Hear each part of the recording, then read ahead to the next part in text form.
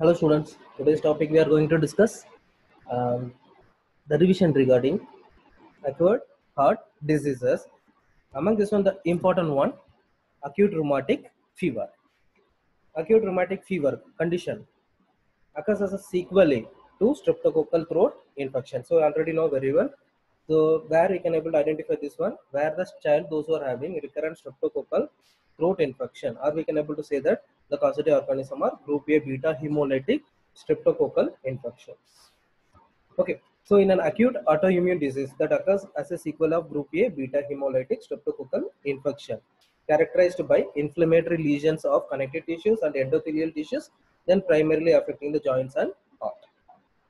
So how this is systematically moving on. So starts from the respiratory upper, then lower, then moves on to the where the inflammation lesions moves on to the connective tissues and endothelial tissues, then affecting the joints and the heart. This is the way how the acute rheumatic fever is going to affect. So incidents are crowded living areas. The next, particularly the seasonals like falls, winter, then early spring. Then 5 to 15 years are more common, which are the age group affected more commonly. Then both sexes are equally affected. This is about the small glance about the incidents. The next causes. The one and only causes are the group A beta hemolytic streptococcal. So this is the only microorganism which is responsible for this condition. But here we want to see that there is a sequelae of infection. So minimum continuous infection is present in the individual or the child.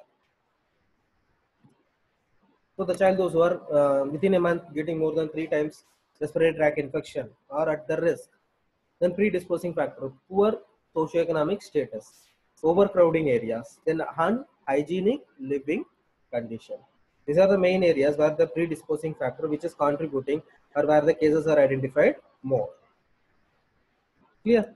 So moving on to the next, the main concept of this acute rheumatic fever are the signs and symptoms. Particularly, we can able to say it as modified Jones criteria, which is categorized into two major and minor signs and symptoms. So major signs and symptoms, if you are saying like carditis, polyarthritis, chorea, or you can say it as SIDAMS, chorea, then subcutaneous nodules and erythema marginatum. Where minor, if you are saying fever, 101 to 102 degree Fahrenheit, arthralgia, that is joint pain without swelling, then previous rheumatic fever or rheumatic heart diseases. So we can have a glance over this. So over this rheumatic fever, if you are keeping the exact name is Decade-Jones diagnostic criteria. He has classified into major and minor. So to have the short remembrance or mnemonic,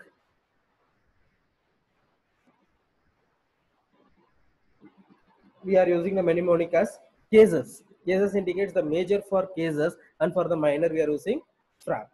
So cases, if you are taking the major, we'll call it as cases.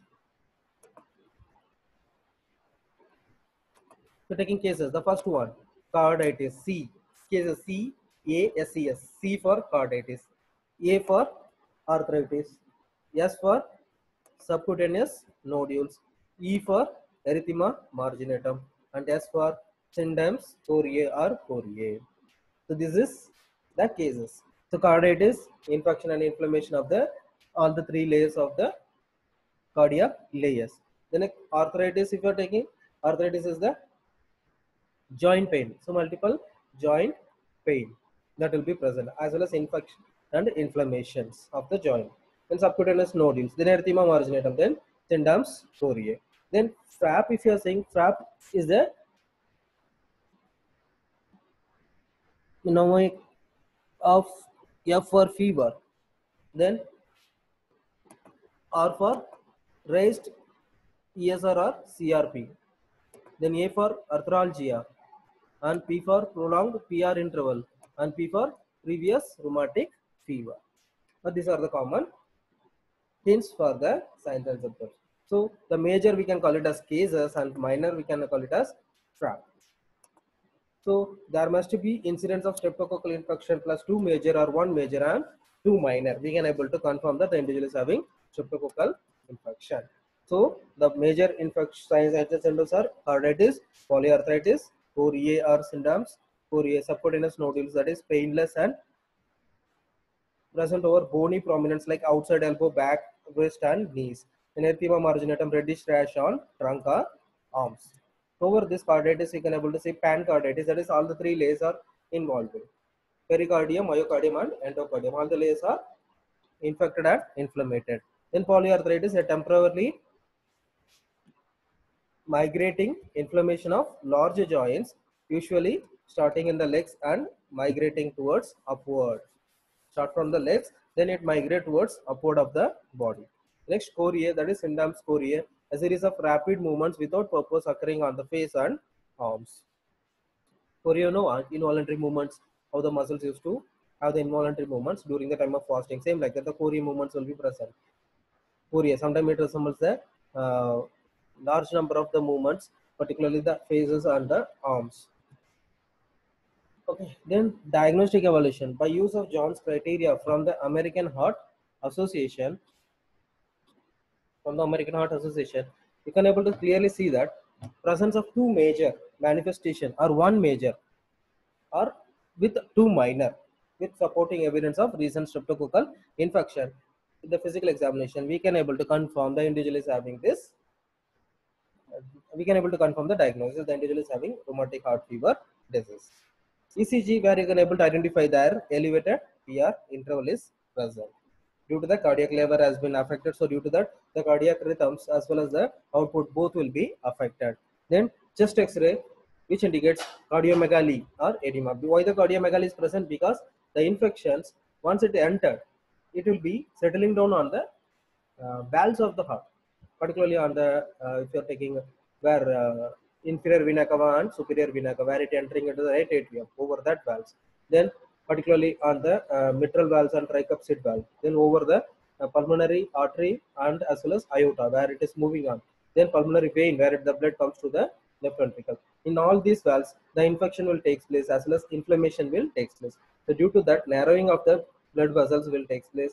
So the input as well as the output of the heart will be difficult. Their marking will be present. So due to this, the enlargement of the heart we can able to identify, or you can say it as edema. Then laboratory test like group A beta hemolytic culture test will confirm the test of anti-stereotypholysis O titer, which indicates the individual is having group A beta hemolytic infections. Okay, so these are the main diagnostic evaluation. Then moving on to the management, if you're saying the management here, the one and only management needed is the broad spectrum antibiotic like benzathine penicillin, then erythromycin orally. This has to be continued for near about 4 to 6 weeks. Along with that, non-steroidal anti-inflammatory or oral salicylates to reduce the inflammation. Then corticosteroids once again to reduce the inflammations and for the smooth functioning. Then phenobarbital and diazepam to have a complete bed rest, where the child with the medication of antibiotic and anti-inflammatory drugs with a complete analgesic effect, the child will be complete rest, which enables the medication to act quickly, rapidly to reduce the effects of the infection as well as the reduce the severity of the signs and symptoms. Further, this possibility are used. So here, complete bed rest is one of the main and important aspects for the child conditions. So this has to be considered.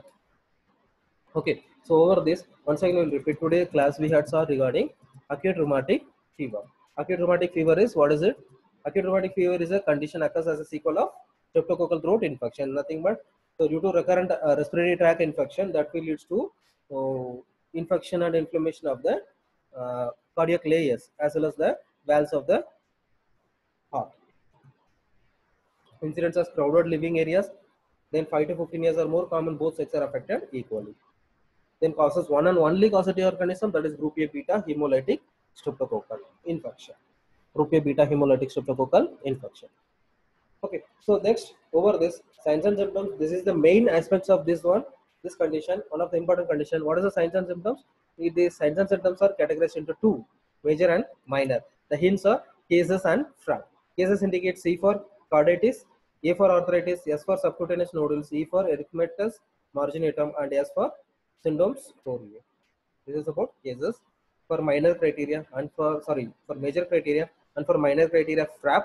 FRAP indicates fever, raised ESR or ERP, then arthralgia, then prolonged PR interval, and previous rheumatic fever or rheumatic heart disease, previous history. So over this signs and symptoms, next about the main diagnostic evaluation. With the help of the signs and symptoms, with the two major and two minor signs and symptoms is present, we can able to confirm, or one major and two minor signs and symptoms are present, we can able to confirm the diagnosis. The next ECG, we can able to identify elevated PR interval. Then chest X-ray, we can able to see cardiomegaly and edema. The laboratory test for group A, that is culture test, which will help us to confirm or rule out the diagnosis. Managements are broad spectrum antibiotics, then on inflammatory drugs, non-steroidal anti-inflammatory drugs. So it should be followed for a course of 4 to 6 weeks, and complete rest for the child. If possible, phenobarbital and diazepam will be administered. Okay, so this is about the rheumatic heart fever.